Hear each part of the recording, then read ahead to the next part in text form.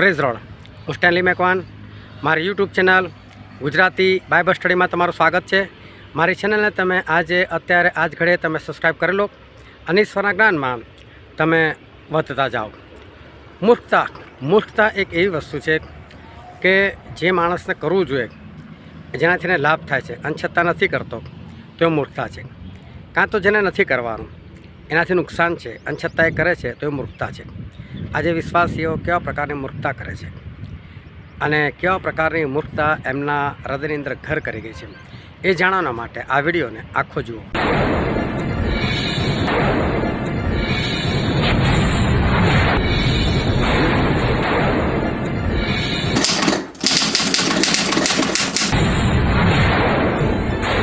હા, આપણે ઈશ્વર પિતાના વચન તરફ જઈએ અને બાઇબલની અંદરથી માથીની લખેલી સુવાર્તા તેનો 25મો અધ્યાય અને આપણે વાંચીશું તેની પહેલી કલમથી લઈને તેની 13મી કલમ સુધી।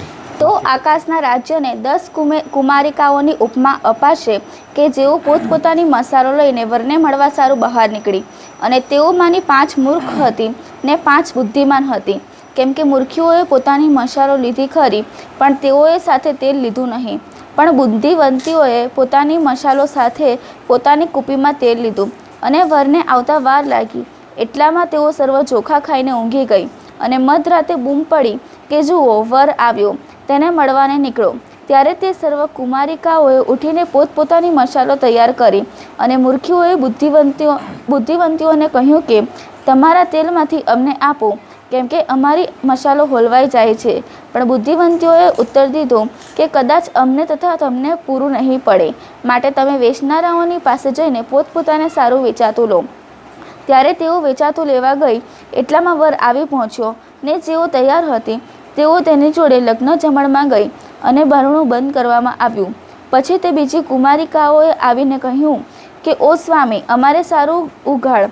પણ તેણે ઉત્તર દીધો, હું તમને ખચિત કહું છું કે હું તમને ઓળખતો નથી, માટે તમે જાગતા રહો, કેમ કે તે દહાડો અથવા તે ઘડી તમે જાણતા નથી।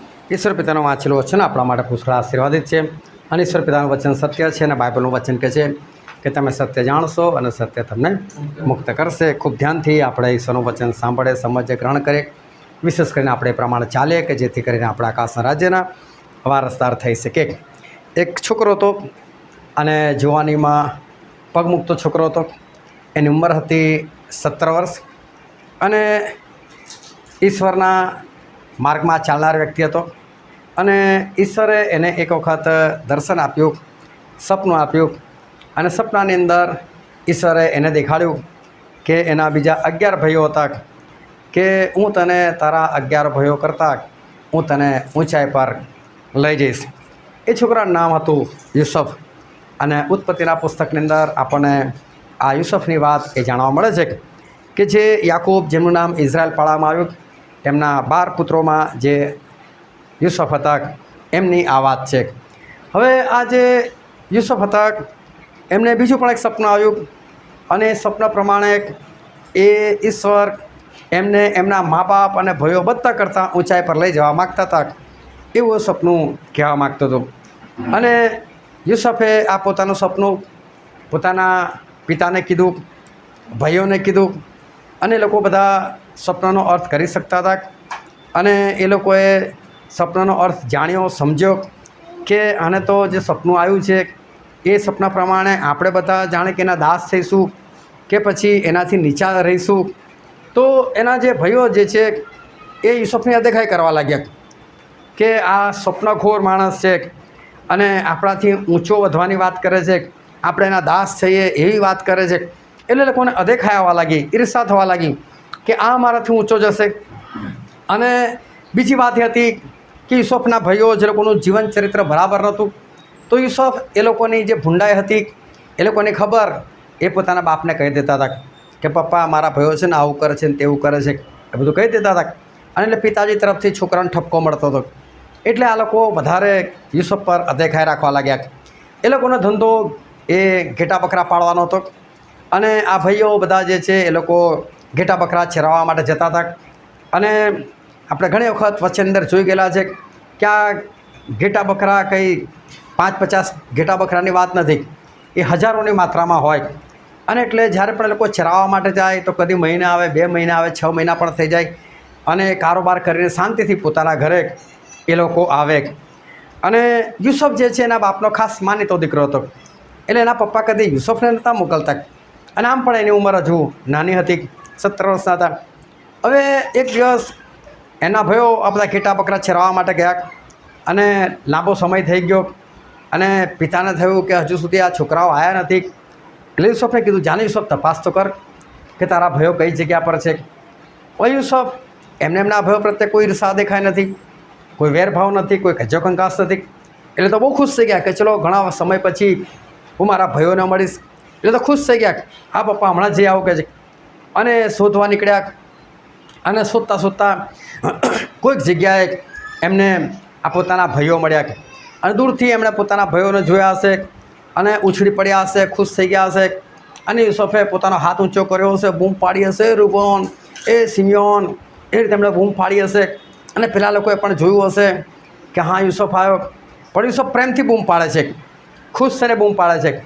અને પેલા લોકો જુએ છે તે લોકો કે વિચિત્ર નજરે જુએ છે. જો પેલો સપનોખોર આવ્યો કે જો પેલા આપણાથી આગળ નીકળનાર વ્યક્તિ આવ્યો, એટલે કે આજે તો આપણે એને મારી જ નાખીએ કે છે. આજે એને મારી નાખીએ પછી જોઈશું એના સપનાનું શું થાય છે કે છે. હવે યુસુફ બહુ પ્રેમથી જાય છે અને એના ભાઈઓ એની પર નફરત કરી રહ્યા છે અને એ લોકો એને મારવાની યુક્તિ કરી રહ્યા છે અને કહે છે કે આપણે ઘેટું બકરું કાપી નાખીશું. અને એનો જે જબ્બો છે, જબ્બો રંગબેરંગી હતો અને એના પિતાએ ખાસ બનાવડાયેલો હતો. અને રંગબેરંગી જબ્બાની વાત હું જ્યારે કરું છું તો એ જમાનામાં રંગબેરંગી હોવું એ બહુ મુશ્કેલ વસ્તુ હતી. અને એટલે એક જબ્બો એવો મળવો એ બહુ ભારે વાત હતી. એટલે એના બાપા એ જબ્બાને ઓળખી જાય. એટલે લોકોએ નક્કી કર્યું કે એનો જબ્બો આપણે લોહીમાં નાખીશું, ડબોડીશું અને પછી આપણે બાપાને દેખાડીશું કે પપ્પા કે અમને રસ્તામાં ત્યાં જબ્બો મળ્યો છે, આ છોકરાને તો નહીં. તે કંઈ જગ્યાએ મોકલ્યો હતો આ છોકરાને કે છે કે તારા છોકરાને કોઈ પશુએ ફાડી ખાતો લાગે છે. એટલે કે આપણી પર મર્ડર પણ નહીં આવે, બધું શાંત પણ પડી જશે અને આ આપણાથી આગળ વધી પણ નહીં શકે. અને એ લોકોએ એવી યોજના બનાવી. પરંતુ એક ભાઈ તને દયા આવી એટલે એણે કીધું કે ના, આપણે મારી નથી નાખો, આપણે એક કામ કરીજો, નજીકમાં ખાડો છે કે છે ખાડામાં નાખી દે. પછી ભલે ત્યાં ભૂખ્યો તરસ્યો જ્યારે મરી જાય ત્યારે પણ કમસે કમ આપણા હાથે મર્ડર તો ના કરે આપણા ભાઈનું. અને એટલે એ લોકોએ નક્કી કર્યું કે સારું આપણે એવું કરીએ. યુસુફ દૂરથી ખુશ થતા થતાં ઉછળતા કૂદતા આવે છે કે ચલો મારા ભાઈને જઈને ભેટીશ ને મળીશ. અને આ બાજુ પેલા લોકોએ તો પ્લાન બનાવી રાખ્યો છે. અને જેવા યુસુફ આવીને કદાચ છોટવાનો પ્રયત્ન કર્યો હશે અને એમના ભાઈઓને ઉમળકાથી મળવાનો પ્રયત્ન કર્યો હશે અને આ લોકો ઉચકીને સીધો એને ખાડામાં નાખી દીધો. હવે ખાડામાં નાખી દીધો તો આ યુસુફ જે છે એનું જીવન ખૂબ સારું છે. નાની ઉંમરની અંદર ઈશ્વરમાં ચાલવું, ઈશ્વરની આજ્ઞાઓ પાડવી, ઈશ્વરના વચન પ્રમાણે જીવન જીવવું અને ઈશ્વરના વચન પ્રમાણે જીવન જીવવાના કારણે આવી તકલીફ આવી, એ બી નાની ઉંમરમાં તકલીફ આવી. સગા ભાઈઓ જેને પ્રેમ કરે છે એ લોકો ઉંચકીને એને ખાડામાં નાખી દે. આ પરિસ્થિતિ એ બહુ ગંભીર હતી. કોઈ પણ હોય આવી પરિસ્થિતિની અંદર ઠોકર ખાય, એ કદાચ ઈશ્વર વિરોધી થઈ જાય, ઈશ્વરને બોલવા લાગે કે ઈશ્વર હું તમારા માર્ગમાં ચાલું છું, તમારી આજ્ઞાઓ પાડું છું, પેલા લોકો બરાબર નથી, પેલા લોકોનું જીવન ચરિત્ર બરાબર નથી, એ લોકો મોજશોખ કરી રહ્યા છે અને મને ખાડો. પ્રભુ તમે મારું ધ્યાન ના રાખ્યું, તમે મારા ભાઈઓને રોક્યા નહીં, તમે મને બચાવ્યો નહીં, તો મને ખાડામાં પડવા દીધો. પરંતુ ઈશ્વર આવા કોઈ શબ્દો વાપરતા નથી. ઈશ્વરે કોઈ પ્રાર્થના પણ નથી કરતા કે પ્રભુ કેમ તમે મારી સાથે આવું કરો, કશું જ પૂછતા નથી, કોઈ ફરિયાદ નથી કરતા.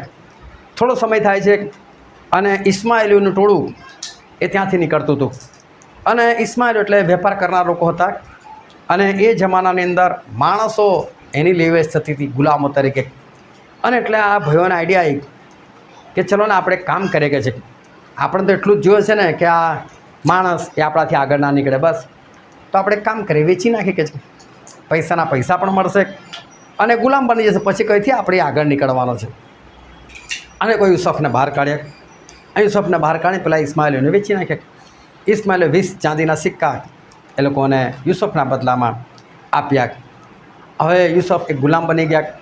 પેલા લોકો ચાલતા ચાલતા એ લોકો મિસર દેશમાં ગયા અને મિસર દેશની અંદર હશે કોઈ બજાર ભરાતું હશે, ત્યાં એ લોકો ગયા હશે અને ત્યાં ગુલામ તરીકે અને હાથમાં કે પગમાં દોરડું બાંધેલું હશે અને એવી પરિસ્થિતિમાં એ યુસુફને ઊભો રાખ્યો હશે અને ત્યાં બોલી બોલાવી હશે કે ભાઈ જુવાન છોકરો છે, હટ્ટો કટ્ટો છે, સારો છે, ગુલામ તરીકે ચલો આટલો ભાવ છે એનો લઈ જાઓ. 20 ચાંદીના સિક્કા તો એ લોકોએ આપેલા છે. બની શકે એ લોકોએ 25 રાખ્યા હોય, 30 રાખ્યા હોય, ખબર નથી. પરંતુ એ લોકોએ એને વેચી નાખ્યો ત્યાં આગળ. અને મિસર દેશની અંદર જે રાજા હતો, જેને ફારૂન તરીકે ઓળખવામાં આવે છે, અને એના જે અંગરક્ષકો, બોડીગાર્ડ, એ લોકોનો જે ઉપરી અધિકારી હતો એનું નામ હતું પોટીફાર. પોટીફાર જે છે એને કદાચ ગુલામની જરૂર હશે એટલે એ બજારમાં ગયા હશે અને એમણે આ યુસુફને જોયા કે બસ જુવાનીમાં પગ મૂકતો છોકરો છે, હટ્ટો કટ્ટો છે, લાંબો સમય મારી સાથે રહી શકશે અને આ છોકરો ઘણું બધું કામ કરશે, મને ઉપયોગી થઈ પડશે.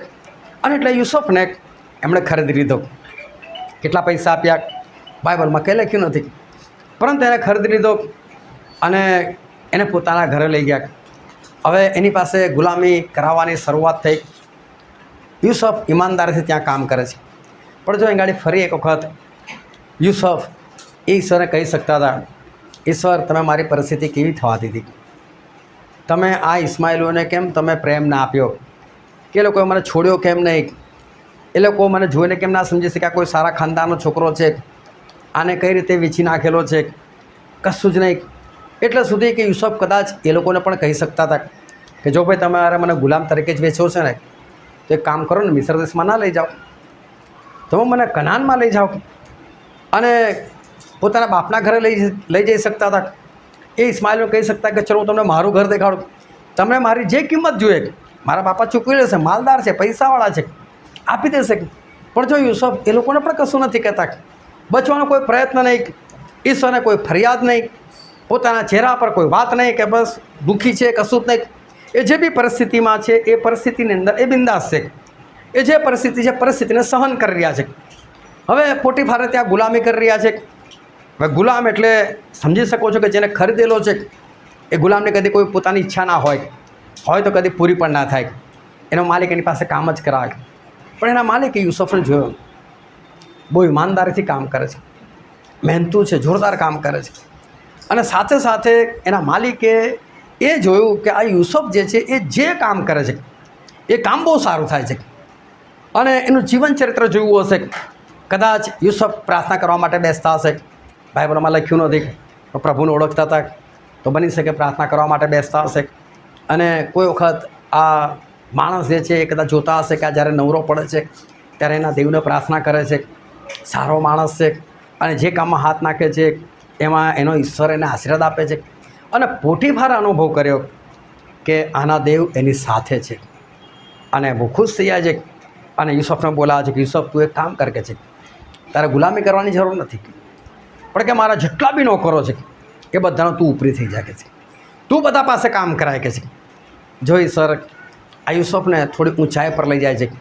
હવે ગુલામી નથી કરવાની, છે ગુલામ, પણ ગુલામી નથી કરવાની, બસ એમણે ત્યાં આગળ લોકો પાસે કામ કરાવવાનું છે. અને આ પોટીફારે એની બધી સંપત્તિ યુસુફને સોંપી દીધી. જે ચલણી નાણું હશે, સોનું ચાંદી હશે, બધું જ યુસુફને સોંપી દીધું. અને યુસુફને કીધું યુસુફ તું સંભાળ આ બધું. અને યુસુફ આ બધી ખબર રાખે છે કે મારા માલિક પાસે સોનું કેટલું છે. પોટીફારે નથી ખબર કેટલા તોલા પડ્યા છે, કેટલા કિલ્લો પડ્યું છે.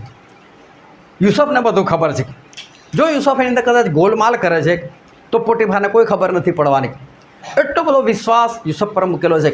અને જો યુસુફ આ સમયે પોટીફારને એવું કહી શકતા હતા કે પોટીફાર તું એક કામ કર, મને મારા ઘરે મૂક્યા ને માણસોને મોકલ મારી સાથે, હું તો માલદાર ઘરનો છોકરો છું, મારો બાપ તને જેટલા પૈસા જોઈએ એટલા મારે ચૂકવી દેશે, પણ તું મને મોકલી દે. યુસુફ ત્યાં પણ કશું નથી કહેતા, પણ જે પરિસ્થિતિ છે પરિસ્થિતિની અંદર ખુશ છે. એ ઈશ્વરે પણ કશું કહેતા નથી. હવે શું થયું કે આ પોટીફારની જે પત્ની છે એણે યુસુફ પર ખોટી નજર નાખી અને એણે યુસુફ સાથે કુકર્મ કરવા ચાહ્યું, પરંતુ યુસુફ એની વાતમાં આવ્યા નહીં. અને તેણે યુસુફ પર આરોપ નાખ્યો કે આ યુસુફ જે છે એ મારી પર ખોટી નજર નાખે છે. અને એણે એના પતિને ફરિયાદ કરી. આ પોટીફાર એક ક્ષણ પણ વિચાર નથી કરતો કે આ યુસુફ તો કેટલો સારો છોકરો છે અને મેં આટલું બધું આપી દીધું છે, મારી બધી સંપત્તિ એને આપી દીધી છે, એણે કદી ગોલમાલ નથી કર્યો, આનું ચરિત્ર એવું નથી, લા એકવાર એને પૂછી જવું. પણ પૂછતો નથી ને સીધો એને રાજાની જેલમાં નાખી દે છે. અને જ્યારે આપણે રાજાની જેલ કહીએ ત્યારે અતિ ભયંકર હોય. એના જે કેદીઓ હોય ત્યાં ખાલી રાજાના કેદીઓ હોય જેણે રાજાની વિરુદ્ધ કંઈ કરેલું હોય એટલે એ લોકોને કડકથી કડક સજા થયેલી હોય. હવે આ યુસુફ એ જેલમાં ગયા. સ્વાભાવિક છે કે ત્યાં એમણે ઘણું ભૂંડું ઘણું અઘરું એવું કામ કરવું પડ્યું હશે, પરંતુ જેલરે જોયું કે યુસુફ જોરદાર છે, એનું કામ બહુ ઈમાનદારીથી કરે છે. કેદી જેવા કોઈ ગુણ દેખાતા નથી એનામાં.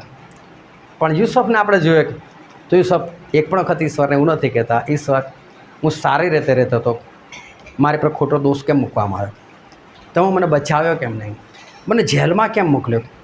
યુસુફ સહેજ પણ બોલતા નથી.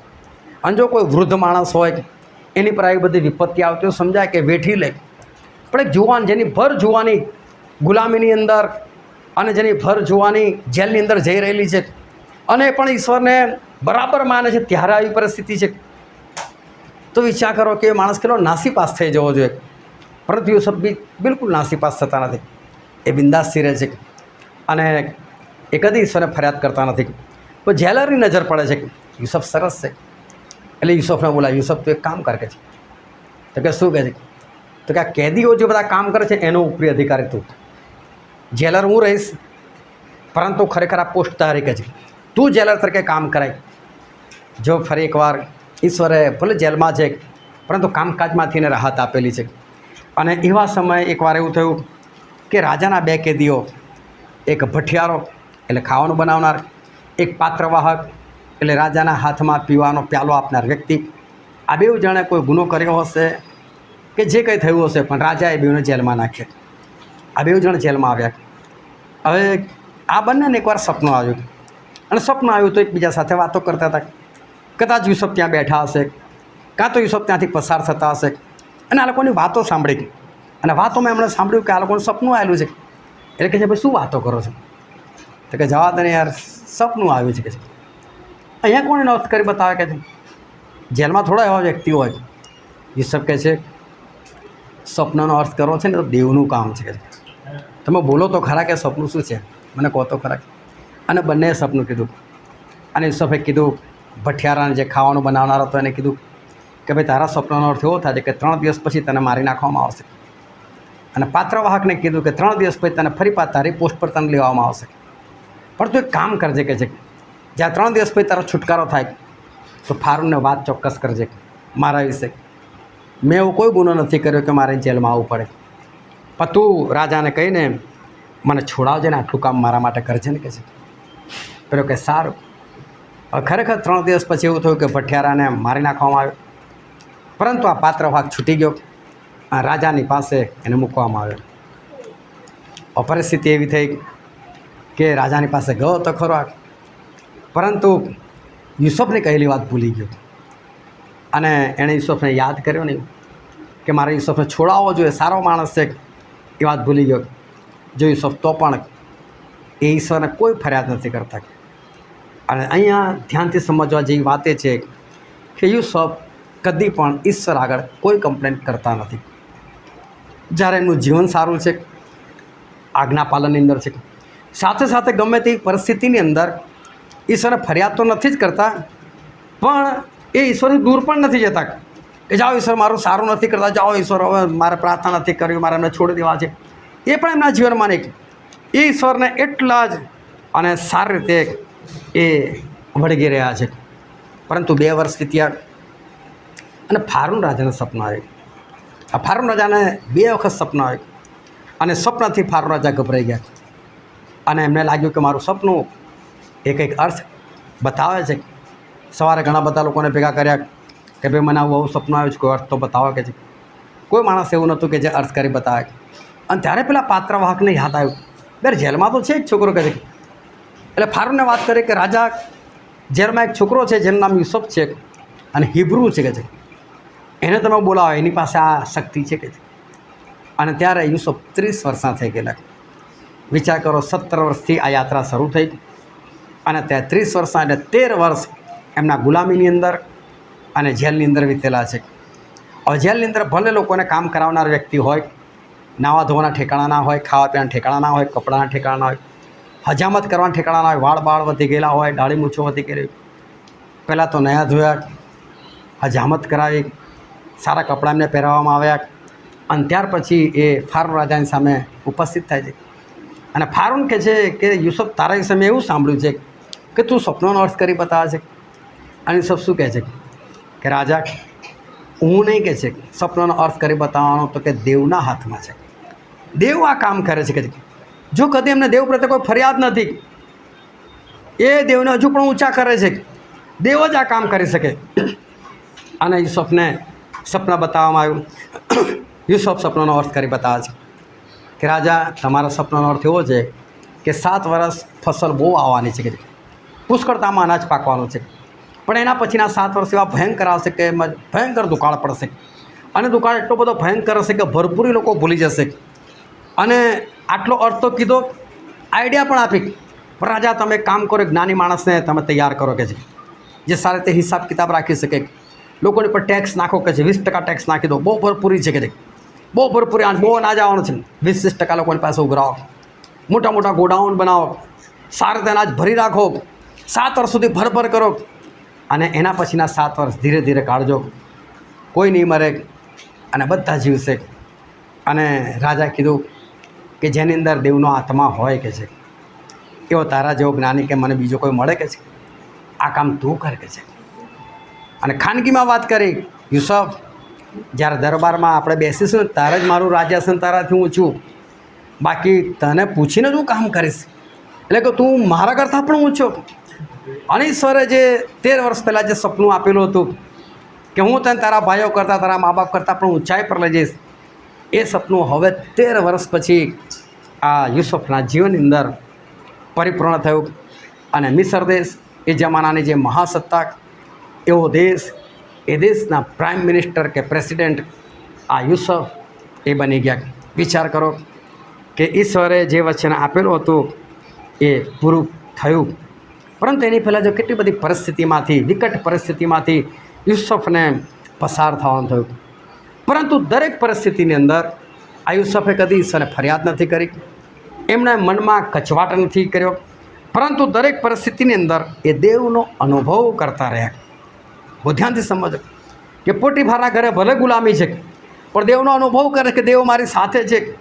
એ અનુભવ કરે જેલની અંદર કે દેવ મારી સાથે છે. અને ઉત્પત્તિના પુસ્તકમાં લખવામાં આવેલું છે, તેનો 39મો અધ્યાય અને 33જી કલમ. અને તેના શેઠે જોયું કે યહોવા તેની સાથે છે, ને તે જે કંઈ કરે છે તેમાં યહોવા તેને સફળ કરે છે. શું કહે છે બાઇબલ? કે એને જેલમાં નાખવામાં આવ્યા, પરંતુ દેવ તેમની સાથે હતા. કેટલું સરસ! યુસુફ જેલમાં પણ ઈશ્વરનો અનુભવ કરે છે. આજે આ જ વસ્તુનો અભાવ એ વિશ્વાસીઓની અંદર એ જોવા મળે છે.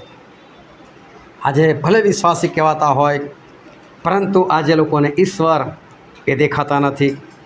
અને ઈશ્વરનો અનુભવ જે થવો જોઈએ એ આજે લોકો એ કરી શકતા નથી. આજે લોકો બીજા પર દ્રષ્ટિ નાખે છે. આજે લોકો કદાચ અન્ય ધર્મીઓને લોકો જુએ છે. આજે બીજા લોકોને વિશ્વાસીઓ જુએ છે અને લોકોને પોતાની જિંદગી ખરાબ દેખાય છે. પેલા બીજાની સારી દેખાય છે. પેલો ઈશ્વર નથી માનતો, એ તો કેટલો માલદાર છે, એનું ઘર કેટલું જોરદાર છે, એની પાસે કેટલી સરસ ગાડી છે. આપણે ઈશ્વરને માને તો આપણી પાસે કશું નહીં. આપણું આવું, આપણું તેવું. જે ઈશ્વર દેખાવા જોઈએ એ લોકોને દેખાતા નથી. પોતાના કરતાં બીજાની જિંદગી લોકોને સારી લાગે છે અને એ લોકોના મનની અંદર કચવાટ હોય છે કે પ્રભુ ક્યાં છે મારી જોડે? અમે દેવળમાં જઈએ છીએ, અમે બાઇબલ વાંચીએ છીએ, અમે પ્રાર્થના કરીએ, પણ પેલા લોકો જો, પેલા કેટલા સરસ, અને અમે જુઓ કે છે. એક સંત માણસ હતો અને એક ઝાડ નીચેથી પસાર થતો હતો. એની પર પાણીનું ટીપું પડ્યું. એને વિચાર કર્યો કે પાણી ટીપું ક્યાંથી આવ્યું? એટલે હું ઉપર જોયું તો કાગડો રડતો હતો. એટલે આ સંતે પૂછ્યું, ભાઈ કાગડા કેમ રડે છે? કે તું કહે છે તો કે તમને શું કહું કે છે? અરે બોલને કે છે, મારામાં બહુ શક્તિ છે કે છે, હું ઘણું બધું કરી શકું છું કે છે. તો કે ઘણું બધું કરી શકું છું કે હા? તો કે હું કાગડો છું, તો મને હંસ બનાવી શકો કે છે? બનાવી શકું ને કે છે, હું તારે હંસ બનાવી શકું. પણ તારે હંસ કેમ બનવું છે? તો એક તો જો મારો અવાજ ખરાબ છે, હંમેશા મારા જ્યાં કાં જ છે કે છે, મારો અવાજ બેકાર છે, ઉપરથી મારો કલર કાળો છે કે છે. મને નથી ગમતું આ કે હંસ કેટલો સરસ છે, એની ચાંચ કેટલી સરસ, એનો કલર કેટલો સરસ, સફેદ કલર. એટલે સંત કે હું બનાવી તો શકું તને, પણ એક કામ કર, પેલા હંસ પાસે મળીએ એમ કે છે, હંસની સાથે વાતચીત કરીએ. તો કે તમે ચલો જોડે, કે તમે ભાગી જાઓ તો કે ઓકે ચલો આપણે બેવ જોડે જઈએ. હંસ પાસે ગયા, કાગડો હંસને કહેવા લાગ્યો, હંસ યાર તમારો જોરદાર હે. તો કે શું કહે છે, મસ્ત વ્હાઇટ કલર, કે સરસ તમારી ચાંચ, કેટલી જોરદાર તમારી જિંદગી, લોકો તમને જુએ કે છે. તો કે ફાલતુ વાતો બંધ કર કે છે, એક જ કલર છે સફેદ, ખાલી જલ્દી ગંદો થઈ જાય એવો કલર છે કે આ પાણીમાં બેવાનું મને કંઈ મજા નહીં આવતી કે છે. મારા કરતાં છે ને પોપટ જો કે છે, એના ગળામાં તો કેવી સરસ ગોળ કંઠી હોય છે કે છે, એની ચાંચનો લાલ કલર, એની પાંખોનો લીલો કલર, આ મારી પાસે એક જ કલર છે, પોપટ પાસે જો કે છે. આ કાગડાને હું તો હંસ નહીં બનવું લાગે. એટલે પેલા સંત કહે છે કામ કરો, મને પોપટ બનાવી દો. બનાવી દો કે છે, પણ પેલા પોપટને તો મળ્યા કે છે, પોપટ સાથે વાત કરે કે છે. તો કેવું છે, તો કે હા, તો કે તમે ભાગી જાઓ તો ચલો મારી સાથે કે છે, ચલો. અને એટલે ખબર કે પોપટ ઝાડ પર રહે, 4-5 ચક્કર માર્યા અને પોપટ દેખાયો. એટલે કાગડો પોપટની પાસે ઉપડી ગયો. પોપટ તમારા તો જોરદાર છે કે છે. તો કે શું જોરદાર છે કે છે, તો કે તમારો કલર છાનમાનો બેસ કે છે, તે 5 ચક્કર મારે ને તારે લીલા ઝાડમાં હું લીલું હું તને દેખાયો કે છે. આ લીલામાં લીલું હું દેખાતો જ નહીં કોઈને કે છે, શોધવો પડે છે મને કે છે, કોઈ મને જોતું નથી. તે 4 ચક્કર મારે તારે તને હું દેખાયો કે છે, કશું છે નહીં આ કલરની અંદર કે છે. પોપટે દુઃખી. તો કે શું થાય, તો કે મારા કરતાં મોર જો કે છે, કેટલા કલર એની અંદર, ઢગલો કલર છે કે છે, અને કલાકારો તારા તો કેટલા બધા લોકો જુએ છે કે છે. તો કહે છે કે મોર હોય ને તો બહુ સરસ કે છે. એટલે કાગડાને થયું મોર જ બની જવા દે ને ભાઈ. એટલે પેલા સંતને કીધું કે ભાઈ મને મોર બનાવી દો. તો કે એવું નહીં કે છે, ચાલ કે તારી જોડે આવું કે છે, આપણા મોરને મળી આવે, પહેલાં મોર જોડે વાત તો કર કે છે.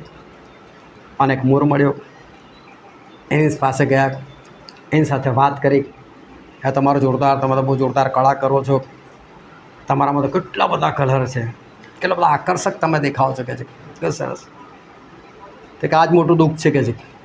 તો કેમ, તો કે મારા પીછા તો કે છે ખબર છે, પેલા માણસો ગરોળી ભગાડવા માટે તોડીને લઈ જાય છે કે છે, અને ઘરમાં રાખી મૂકે છે, કારણથી ગરોળી દૂર થઈ જાય.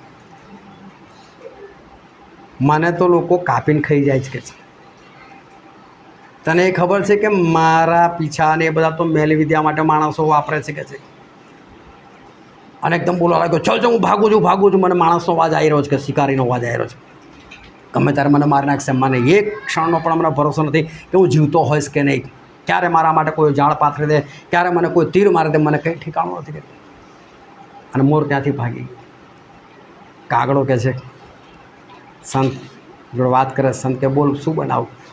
ભાઈ બરાબર છે, જે છું ને એ જ બરાબર છે. આપણને બીજા લોકો દેખાય છે, હું ઈશ્વર પાસે ચાલું છું, પણ મારી પાસે આ નથી ને પેલા લોકો જુઓ, પેલા લોકોની પાસે આ છે, પેલા લોકોની પાસે પેલું. પણ કદી તમે ગયા એ ઘરમાં, કંઈ તમે લોકોનું જીવન ચરિત્ર જોયું, કંઈ તમે લોકોની સાથે વાત કરી કે ખરેખર એ લોકો સુખી છે કે દુઃખી છે. આજે વિશ્વાસીઓ એ દેવનો અનુભવ જે કરવો જોઈએ એ દેવનો અનુભવ કરી શકતા નથી. ઈશ્વરે તમને અને મને જે જગ્યા પર રાખ્યા છે ને એ ખરેખર એ જગ્યા એ બહુ સારી છે. જે જગ્યા પર તમે જો જે હાલમાં ઈશ્વર રાખેલા છે એમાં હંમેશા ઈશ્વરનો આભાર માનતા શીખો. યુસુફના જીવનમાં કેટલી બધી પરેશાનીઓ હોય, કેટલી બધી મુશ્કેલીઓ, કેટલી બધી તકલીફો, પણ દરેક વખતે એક જ વાત, ઈશ્વરમાં બની રહ્યા, આજ્ઞાપાલનમાં બની રહ્યા, કોઈ કખડાટ નહીં, અને ઈશ્વરનો આભાર એ હંમેશા એ માનતા રહ્યા. કદી એમણે એવું નથી કીધું કેમ ઈશ્વર મારી સાથે આવો. બસ એ ઈશ્વરની અંદર એ ચાલતા રહ્યા. બસ યુસુફને એક જ વાત ખબર હતી કે આગળ મારા માટે કંઈક સારું છે, કંઈક સપનું ઈશ્વરે આપેલું હતું. એ એમના નજરમાં હતું કે ઈશ્વરે મને બધાથી ઊંચાઈ પર લઈ જવાનું કીધું છે, તો હું આજ નહીં તો કાલ હું ઊંચાઈ પર તો જવાનો જ, મને ઈશ્વર લઈ જ જવાના છે. અને વચ્ચે ગમે તેવી તકલીફ પડે તો મને કોઈ વાંધો નથી. અને એટલે કદી પણ એમણે એ ફરિયાદ કરી નહીં કેમ દેવ મારી સાથે આવું. એક બે તો દરિયાની અંદર સફર કરતો હતો અને અચાનક જ કંઈક ઘટના બની અને વહાણ જે છે એ તૂટી ગયું. પરંતુ ગમે તે કરીને આ ભાઈ જે છે એ નજીકમાં એક ટાપુ હતો, એ ટાપુ પર ગમે તેમ કરીને જીવતા પહોંચી ગયા. અને પછી એમને એવું થયું કે ચલો કંઈ વાંધો નહીં, જે થયું તે પણ જીવતો બચી ગયો. પરંતુ એ પ્રાર્થના કરે એટલે ઈશ્વર ટોકે મારું જ વહાણ તોડવાનું હતું, બીજા બધા વહાણો નહોતા, મારી જ પરિસ્થિતિ આવી. અને બધા વહાણો ત્યાંથી ઘણા બધા પસાર થાય, પણ વહાણ એટલે બહુ મોટા, એટલે ભર દરિયામાં તો વચ્ચેથી જાય. આ બિચારો હાથ ઊંચા કરે પણ એટલે દૂરથી નજર કોની પડે, કોઈ વહાણ એની પાસે આવે નહીં. વહાણે જોયું કે હવે કશું થતું નથી એટલે એમાં રહેવું તો પડશે જ. એટલે આજુબાજુના વેલા તોડ્યા અને ઝાડની ડાળીઓ તોડી, ડાળખા તોડ્યા અને તો એક ઝૂંપડી બનાવી દઉં કે તે ગાડી સ્વાભાવિક છે કે ઘર તો બનાવવા એવું હતું નહીં, એટલે ઝૂંપડી બનાવીને એ રહેવા લાગ્યો. પણ આ ડાળખાને તો બધું સુકાઈ જાય. અને 2-4 દિવસ પછી અચાનક જ વીજળી પડી અને આનું ઝૂંપડું સળગી ગયું. એટલે ફરી પાછું ઈશ્વરને આગળ બોલવા લાગ્યો, મારું ઝૂંપડું સળગાવવાનું હતું, એક તો મારું વાણ તોડી નાખ્યું, આ જગ્યા પર આવી ગયો અને આવી પરિસ્થિતિની અંદર અને મારું જ ઝૂંપડું સળગાવી નાખ્યું. પણ થોડા વખતમાં જો તે એક હોડી આવી ગઈ એની પાસે અને હોડીમાં 2 જણા બેઠેલા હતા. ઓ ભાઈ તું ફસાઈ ગયો? તો કે હા ફસાઈ ગયો. તો કે ચલ કે છે ફટાફટ બેસી જા કે છે, વહાણ તૈયાર છે કે છે. તો આગળ પાછળ જોયા, આગળ હોડીમાં બેસી ગયો ને પેલા કોઈ લઈ ગયા ને સીધા વહાણની અંદર. તો એ જેને પૂછ્યું કે તમે કેમ નાહ્યા કે છે? તો કહે કે તમારું ઝૂંપડું સળગેલું ને કે છે, એનો ધુમાડો અમને દેખાયો કે છે, ત્યાં ત્યાં કશી આગ લાગે છે, ચલો જોઈએ તો ખરા કે છે. એટલે અમે લોકો આ વહાણમાંથી આ બોટ લઈને અમે લોકો ભાગ્યા આ બાજુ કે છે. અને ત્યારે એણે પેલા ઈશ્વરનો આભાર માને કે સર સારું થયું તો મારું ઝૂંપડું સળગાવ્યું કે છે. આપણા જીવનમાં જે ઘટનાઓ બને છે એ ખરેખર સારા માટે હોય છે, પરંતુ માણસ એ સારું જોવે ને એની પહેલાં જ ઈશ્વરની પાસે આવીને એ લોકો કકળાટ કરી નાખે છે કે ઈશ્વર તમે મારી સાથે આમ કર્યું, તમે મારી સાથે પેલું કર્યું, તમે જોતા નથી, મને જોતા નથી, ફલાણું ઠીકણું. પરંતુ યુસુફ એ એક જ વસ્તુ એ નજર રાખતા હતા કે મને ઈશ્વર એક સપનું આપેલું છે અને મને ઊંચાઈ પર લઈ જવાનું કીધેલું છે. અને તમે બાઇબલમાં જોજો, આજ્ઞાપાલના અઢળક આશીર્વાદો બાઇબલમાં લખેલા છે. જો તમે આજ્ઞા પાળો ને તો ભલે ગમે તેવી પરિસ્થિતિ આવે પણ 100% એની પાછળ આશીર્વાદ હશે હશે અને હશે જ. ઈશ્વર આશીર્વાદિત આપણને કરે જ છે, પણ નજર આપણી હોવી જોઈએ કે આપણે આશીર્વાદ આવતા પહેલાં આપણે આશીર્વાદને જોઈ શકીએ, જેમ યુસુફ જોઈ શકતા હતા. આ બધી તકલીફોની અંદર યુસુફને જ ખબર હતી હું ઊંચાઈ પર જવાનો છું, બસ આજે ગમે તે પરિસ્થિતિમાં હો પરંતુ હું ઊંચાઈ પર જવાનો છું. અને એટલે ઈશ્વરની આજ્ઞા પાલનમાં બની રહ્યા. અને માથીની સુવાર્તામાં લખેલું છે તેનો 13મો અધ્યાય 16મી કલમ, પણ તમારી આંખોને ધન્ય છે કેમ કે તેઓ જુએ છે, અને તમારા કાનોને ધન્ય છે કેમ કે તેઓ સાંભળે છે. બાઇબલ કે તમારી આંખોને ધન્ય છે કે તેઓ જુએ છે. તો શું બીજા બધાની આંખો જોતી નથી? પણ પ્રભુ આગળ કહેવા માગે જે જોવું જોઈએ ને એ તમે જોઈ શકો છો. શિષ્યોને વાત કરે છે કે બીજા બધા લોકો નથી દેખાતું, પરંતુ જે ઈશ્વરની પાછળ ચાલે છે ને એને જ ઈશ્વરના આશીર્વાદો દેખાતા હોય છે, ભલે અત્યારની પરિસ્થિતિ ગમે તે હોય. પરંતુ આગળ ઈશ્વર શું મૂકી રાખેલું છે ને ઈશ્વર આ લોકોને દેખાતું હોય છે. તો ઈશ્વર કહે છે તમારી એવી આંખો છે ને માટે તમને ધન્ય છે કે તમે લોકો જોઈ શકો છો કે જે કંઈ આપણા જીવનની અંદર થતું હોય છે એ હંમેશા એ સારા માટે થતું હોય છે. એક નાનકડી વાર્તા હતી ને આપણે ઘણી વખત એ વાર્તા સાંભળેલી છે કે પેલો રાજા હતો અને રાજાનો એક ખાસ માણસ પ્રધાન, અને બંનેને સારી એવી મિત્રતા. અને રાજા કોઈ પણ જગ્યાએ જાય તો પેલા પ્રધાનને હંમેશા સાથે સાથે જ રાખે કે ભલે પ્રધાન પણ સાથે સાથે મિત્રતા એટલી બધી હતી. અને પેલો એક જ જ્યારે હોય ત્યારે બસ કશું બી થાય એટલે એક જ વસ્તુ બોલ્યા કરે, ઈશ્વર જે કરે સારા માટે કરે છે, ઈશ્વર જે કરે સારા માટે કરે છે, હંમેશા આટલું જ બોલતો રહે. અનેક દિવસ એ લોકો જંગલની અંદર કંઈ શિકાર કરવા માટે ગયા હશે અને કંઈક એવી ઘટના બની અને રાજાની તલવાર રાજાની પોતાની જ આંગળી પર પડી અને આંગળી કપાઈ ગઈ. અને પેલો તોય બોલી ઉઠ્યો ઈશ્વર જે કરે સારા માટે કરે છે. રાજાને ચડ્યો ગુસ્સો કે મારી આંગળી કપાઈ ગઈ, ઈશ્વર જે કરે સારા માટે કરે છે. એટલે જંગલમાં તો કશું બોલ્યા નહીં, પણ જેવા મહેલમાં એટલે સિપાહીને બોલ્યા સૌથી પહેલાં તો આ પ્રધાનને જેલમાં નાખો કે છે. મારી આંગળી કપાઈ ગઈને કહે છે કે જે કરે છે ઈશ્વર સારા માટે કરે છે, નાખી દઉં ને જેલમાં કે છે. પેલો જેલમાં થોડો વખત થયો પેલો ઘા તો રૂજાઈ ગયો પણ આંગળી તો કપાયેલી હતી. હવે ફરી એક વખત આ લોકો શિકાર કરવા માટે ગયા, પરંતુ રાજા શિકારનો શોખીન અંદર અંદર જતો ગયો અને પાછળ વળીને જોયું નહીં. સિપાહીઓ અદૃશ્ય થઈ ગયા, એકલો પડી ગયો. એને ખબર જ ના રહી કે બીજા બધા મારી પાછળ રહી ગયા, હું ઘોડો દોડાઈને અંદર આવી ગયો છું. અને એટલામાં આદિવાસી જંગલી લોકો મળી ગયા અને લોકોએ રાજાને પકડી લીધો અને એનું કોઈક દેવતાની આગળ એ લોકોએ બલિદાન આપવાનું નક્કી કર્યું કે ચલો આપણે આને બલિદાન આપીએ. એટલે રાજાને એના વસ્ત્ર કાઢ્યા અને એનું બલિદાન આપવા માટે ગયા. પણ ત્યારે જ નજર પડી કે આની આંગળી કપાયેલી છે, કે આ તો ખોળ ખાપણવાળો છે, આનું થોડું બલિદાન અપાય. રાજાને કપડાં પાછા આપેલા, જા ભાઈ ભાગી હતી કે છે તારું બલિદાન ના થાય. રાજા બહુ ખુશ થઈ ગયો કે તે દિવસ આંગળી કપાઈ ગઈ પણ આંગળી આજે મારી ગરદન બચાવી લીધી. તો ખુશ થઈ ગયો. અને રાજા કહે પેલો કહેતો હતો કે ભાઈ ઈશ્વર જે કરે સારા માટે કરે, સાચી વાત છે કે જેને તો પહેલાં એને જ છોડું કે છે, સારું કર્યું એણે કે છે. અને ગયો અને સિપાહીને બોલા, જા પહેલાં મારા મિત્રને છોડો કે છે, બહાર બોલાવો એને મારી પાસે.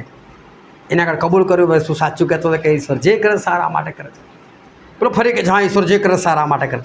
તો કે મારું તો સારું થયું, તું તો વગર પકડો 3 મહિના જેલમાં રહ્યો ને કે છે. તો કે ના રાજા બરાબર છે કે છે, આપણા બેની મિત્રતા એવી હતી, હું તમને ના છોડત, તમારા જો શિકારમાં હું પણ હોત કે છે. અને મારી તો આંગળી કપાયેલી નથી કે છે, હું તો જાત જ ને કે છે. એટલે ઈશ્વર જે કરે સારા માટે કરે છે. પરંતુ આપણી એ નજર હોવી જોઈએ કે આપણે એ વસ્તુ જોઈ શકવા જોઈએ. આયુષ્ય એ સ્વભાવની અંદર એક જ વાત, જે થયું જે થઈ રહ્યું છે બસ બધું સારું છે, થવા દીધું. એમણે કદી કકળાટ કર્યો નહીં અને વિશ્વાસની અંદર એ બની રહ્યા અને ઈશ્વરનો આભાર એ માનતા રહ્યા. અને આખરે ઈશ્વરે એમનું જે કંઈ કર્યું એ બધું એમણે સારું કર્યું. જો એમની પર દોષ ના લાગત, એ પોટીફારની પત્ની એની પર દોષ ના લગાવત તો આયુસફ જેલમાં ના જઈ શકત. અને જો જેલમાં ના જાત તો રાજાના કેદીઓ ના મળત. રાજાના કેદીઓ ના મળે તે લોકોનું સપનું ખબર ના પડત, અર્થ ના બતાવત. અને જો એ લોકોને અર્થ બતાવ્યા ને પેલા 2 જણા, એક તો મરી ગયો એક છૂટી ગયો, એ બહાર નીકળીને ભૂલી ગયો કે મારે ઈસબને છોડાવવાનો છે. જો એ ભૂલી ના ગયો હોત તો 2 વર્ષ પહેલાં એ ફારૂનને કહીને ઈસબને છોડાવી દેત અને ઈસબ પોતાના ઘરે જતા રહેત. તો તે ભૂલી ગયો તો કેટલું સારું થયું કે 2 વર્ષ પછી ફારૂનને સપનું આવ્યું અને 2 વર્ષ પછી ઈસબને બહાર કાઢ્યા તો ત્યાંના પ્રાઇમ મિનિસ્ટર બન્યા ને. જો આ બધી ઘટનાઓ જોઈએ તો એકંદરે સારા માટે હતી. અને સબ એ બધી ઘટનાઓની અંદર એ ટકી રહ્યા, મહેનત કરતા રહ્યા. જે ગુલામી તો ગુલામી, જેલમાં તો જેલમાં પણ એમને ભાગે જે કામ આવતું હતું એ ઈમાનદારીથી એ કરતા રહ્યા. અને હું તમને એક જ વસ્તુ કહેવા માગું કે ઈશ્વર આપણે જે કીધેલું છે એ ઈમાનદારીથી કરો. થોડું આમ ને થોડું તેમ ના કરો. જે આજ્ઞાઓ ઈશ્વર આપણને આપેલી છે ને પાળતા રહો. દરેક આજ્ઞાની પાછળ 2 આશીર્વાદો ઈશ્વર મૂકેલા છે. હંમેશા મહેનત કરતા શીખો. એક રાજાએ એમના ઘણા બધા લોકોને કીધું કે જાઓ દોડીને આવો કે છે. અને દોડવાનું રાત્રે છે કે છે, પણ જે પહેલો આવશે કે છે એને કહે છે હું ઇનામ આપીશ કે છે. જે દોડીને આવશે એને ઇનામ આપીશ કે છે. મેં તમારા માટે ઇનામ રાખી મૂકેલું છે. અને બધા લોકો દોડવા જાય અને અંધારામાં દોડવા જવાનું. એ સમયે ટોર્ચની વ્યવસ્થા નહીં અને આ લોકો અંધારામાં જાય અને રસ્તામાં એક પથ્થર મૂકેલો હતો મોટો. અને એ પથ્થર પર ઘણા બધા લોકો ઠોકર ખાઈને પડ્યા. પરંતુ બધાને એક જ કે મારે પહેલું જવાનું છે, મારે જીતવું છે. પણ એક છોકરો હતો, એને હું થયું કે આ પથ્થર હું તો પડ્યો પણ બીજા બી લોકો પડશે, લાઈને મારું તો જે થયું થયું પણ આ પથ્થરને હટાવી દઉં. પથ્થર બહુ વજનદાર, એકલાથી ખસે એવો હતો ને. તો બેને બહુ મહેનત કરી. બીજો આવ્યો ત્રીજો આવ્યો પણ કોઈ એને મદદ ના કરી. એણે બહુ જોર લગાવીને જેમ તેમ કરીને એ પથ્થર એને ગબડાયો. પણ જેવો પથ્થર ગબડાયો તો અંદરથી તો પ્રકાશ નીકળવા લાગ્યો. એણે જોવું તારે તો હીરા અને હીરાઓ પડેલા હતા. તો બહુ ખુશ થઈ ગયો. હીરા ઉઠાયા, પોતાના ખિસ્સામાં નાખ્યા અને પછી એ રાજા પાસે આવ્યો. પરંતુ એ તો ઘણો બધો મોડો પડેલો હતો. અને એણે રાજાને કીધું કે રાજા ઇનામ તો છોડો, પણ રસ્તામાં એક પથ્થર હતો અને એ પથ્થર મેં હટાવ્યો અને જે હીરા હતા હવે આવા હીરા તો રાજાની પાસે જ હોય. આ તમારા જ હીરા હશે, પડી ગયા હશે, મને નથી ખબર, પણ આ હીરા તમે રાખો કે છે. રાજા કે મારું ઇનામ જ આ હતું કે છે. મીનામાં જ રાખેલું, મારે કોઈને પાછા અવતારે ઇનામ નહોતું આપવાનું. કે જેવો મહેનતુ માણસ હશે, જે બીજાની કદર કરનારો વ્યક્તિ હશે, જે બીજા પર પ્રેમ કરનાર વ્યક્તિ હશે, બીજાનું ભલું કરનાર હશે, એ પથ્થરને ચોક્કસ હટાવશે. અને જે પથ્થરને હટાવશે એ ઇનામનો ભાગીદાર બની જશે. એટલે દોડનું તો ખાલી મારું નાટક જ હતું. ઇનામ તો ત્યાં જ મેં રાખી મૂક્યું. જ્યાં કહે છે કે આ ઇનામ એ તારું છે. બસ તમને નથી ખબર કે ઈશ્વર તમારા માટે કયા કયા આશીર્વાદો મૂકી રાખેલા છે. પરંતુ ઈશ્વરે આશીર્વાદો જે છે એ ચોક્કસ એ મૂકી રાખેલા છે. એ નજર હોવી જોઈએ કે જેને આપણે જોઈ શકીએ અને આપણે આજ્ઞા પાલનમાં આગળ વધી શકીએ. યુસુફનું ઉદાહરણ આપણા માટે ખૂબ સારું છે. અને એનાથી આપણને એક જ વસ્તુની ખબર પડી જોઈએ કે ગમે તેવી પરિસ્થિતિમાં ઈશ્વરનો આભાર માનો, આજ્ઞા પાલનમાં બની રહેવું, કકડાટ કરવો નહીં અને મન ખરાબ કરવું નહીં. ઈશ્વરનો આભાર માનતા ઈશ્વરમાં બની રહેવું, એ યુસુફની વાત આપણને શીખવાડે છે. અને ત્યારે જ આપણા જીવનની અંદર આશીર્વાદ છે આ ઈશ્વર આપણને શીખવાડે છે. આ ભલે મેં વાર્તા તમને આજે કીધી હોય, પરંતુ તમે દરેક જણ ખ્રિસ્તી કુટુંબમાં જન્મેલા વ્યક્તિ છો. તમે ઘણી વખત બાઇબલની અંદર આ વાંચ્યું હશો, તમે ઘણી વખત આ સાંભળ્યું હશે, ઘણી વખત તમે શીખ્યા હશો. એને તમે અમલમાં મૂક્યું કે નહીં મને નથી ખબર, પરંતુ આ બધી ઘટનાઓ બાઇબલની અંદર લખેલી છે ને આપણે બધું આ જાણીએ જ છે.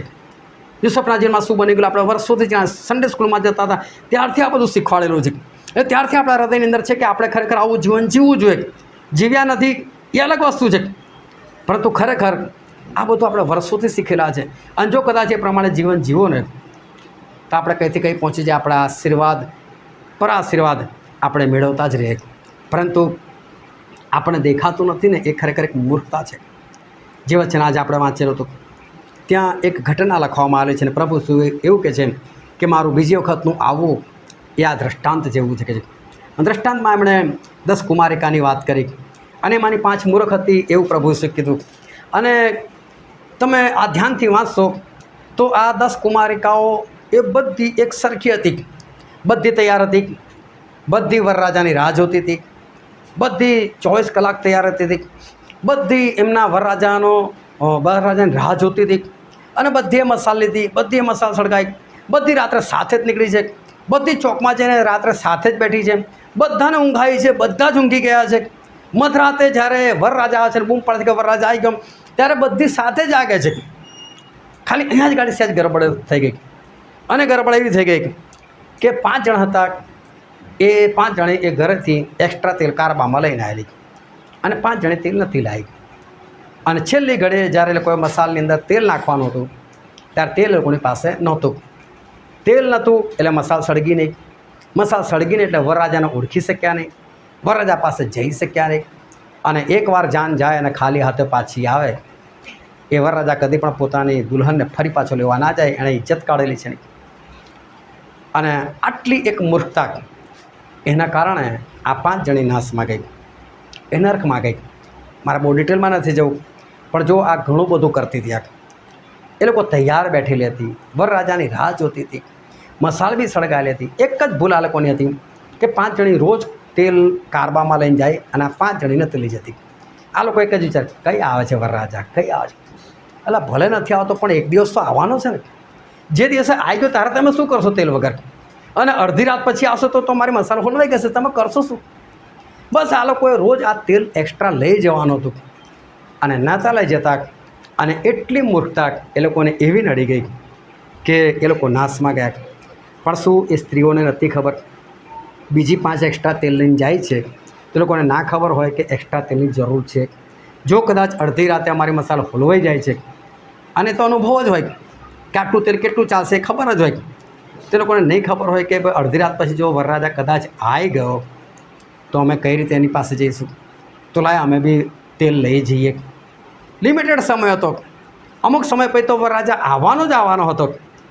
અને છતાં એ લોકો જાણતા અજાણ બન્યા અને એટલે જ એ લોકોને મૂર્ખ કીધા. જો કોઈ જગ્યાએ ખાડો હોય ને અને તમે પડી જાઓ તો લોકો અફસોસ કરે, ચાલે રહસ્ય વાગી ગયું, ચલો વાંધો નહીં. પણ તમે બીજા દિવસ બી ફરી ખાડામાં પડો તો, ત્રીજા દિવસ બી પડો તો પછી તો શું કહે ખબર આંધળો છે દેખાતું નહીં આમાં પડે. એટલે જ્યારે તમે અજાણતા તમે કોઈક જગ્યાએ નુકસાનમાં ગયા તો વસ્તુ ઠીક છે, તો તમને ખબર છે કે આ જગ્યાએ ખાડો છો ને છતાં તમે ખાડામાં પડો છો ને તમને વાગે છે, તો કોઈ બી તમને શું કે મૂર્ખ કે. આજે ઈશ્વરના વચનો આપણને ખબર છે, એમની આજ્ઞાઓ આપણને ખબર છે, આજ્ઞાઓ પાળવાથી આશીર્વાદો મળે છે, અને છતાં આપણે કચકચ કર્યા કરે, કકડાટ કર્યા કરે. ઈશ્વરને કહે કેમ ઈશ્વર મારા જીવનમાં આવું અને આજ્ઞા ના પાડીએ અને આશીર્વાદિત ના થાય, તો ઈશ્વર શું કહે? આ મૂર્ખ છે, એવું જ કે આ સીધી સિમ્પલ વસ્તુ છે. ઈશ્વરે આ ઉદાહરણ પણ આપણને આપી દીધું કે એ લોકો તો મૂર્ખ બની, તમે શું કામ મૂર્ખ બનો છો? આજે આપણને ઈશ્વરના વચન ખબર છે, ઈશ્વરની વાતો આજે આપણને ખબર છે, તો પછી આપણે એક જ કામ કરવાનું છે કે આપણે ઈશ્વરના માર્ગમાં ચાલવાનું છે, એમની આજ્ઞાઓ પાળવાની છે, અને આપણે આશીર્વાદિત જે છે એ થઈ જવાનું છે. એ પેલી 5ના જેવું આપણે નથી કરવાનું. ઈશ્વર યુસુફનું જીવન આપણે આગળ મૂકેલું છે. એવા ઢગલો ઉદાહરણ તમે બાઇબલની અંદર જોશો તમને મળશે. સુલેમાને ઈશ્વર પાસે ખાલી બુદ્ધિ માગી, અને જો ઈશ્વરે કેટલું બધું એમને આપ્યું, એમને સોનું ચાંદી પણ એટલું બધું આપ્યું. આવા ઢગલો ઉદાહરણો બાઇબલની અંદર છે. દાઉદ કોણ હતા?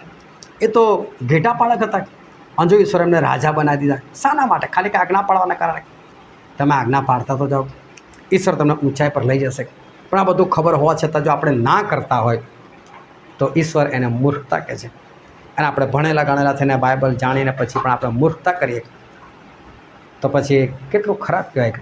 આપણે મૂર્ખ ના બનીએ, પરંતુ આપણે બુદ્ધિમાન બનીએ અને ઈશ્વરના માર્ગમાં ચાલે, એમની આજ્ઞાઓ પાળતા રહે. એવું ના કે કેમ પ્રભુ મારી સાથે આવો, પણ ઈશ્વરને કહે ઈશ્વર તમે મને પસંદ કરો, મારી સાથે થવા દીધું ને, ઈશ્વર તમારો આભાર, તમે મને ઊંચાઈ પર લઈ જવાનો છે, તમારા પુષ્કળ આભાર. એમ આપણે હંમેશા ઈશ્વરની આજ્ઞા પાડીને ઈશ્વરના માર્ગમાં બની રહે, કે જેથી કરીને ઈશ્વર આપણને યોગ્ય સમયે ઉચ્ચ પદ પર આપણને મૂકે. હાલેલુયા. હવે આપણે આંખોને બંધ કરીએ. આપણા મસ્તકો ઈશ્વરની હજરોમાં નમાય. વાલાઓ, આ સમય છે કે આપણે આપણી જાતને તપાસીએ. આ સમય છે કે આપણે આપણા આત્માની સાથે વાત કરીએ. આ સમય છે કે આપણે પોતાની પરીક્ષા કરીએ. વાલાઓ, શું આજે હું ઈશ્વર આગળ કકડાટ કરું છું? શું હું આજે આજ્ઞા પાડતો નથી? શું આજે બધું જાણ્યા છતાં પણ હું ઈશ્વરની આગળ એ કકડાટ કરું છું કે પ્રભુ કેમ મારી સાથે આવો? શું હું બીજા લોકોને જોઈને એવું વિચારું છું કે કેમ પેલા મારા કરતાં વધારે સારું, એ તો બાઇબલ વાંચતો નથી, પ્રાર્થના કરતો નથી, અને તો એની જિંદગી સારી? આજે મારું જીવન કેવું છે? આપણે પોતાની જાતને આપણે તપાસીએ, અને આજે આપણે ઈશ્વર પાસે જઈએ. આ મૂર્ખતા કરવાનું બંધ કરીએ. ઈશ્વરની આજ્ઞા પાડવાથી જ આપણા જીવનમાં આશીર્વાદો આવવાના છે. એની ખાતરી સાથે આપણે હંમેશા ઈશ્વરના આશીર્વાદો પાડનાર બનીએ. આ વચન સમજવા માટે, ગ્રહણ કરવા માટે, એ પ્રમાણે ચાલવા માટે પ્રભુ ઈસુ ખ્રિસ્તની કૃપા આપણા દરેક પર થાવ.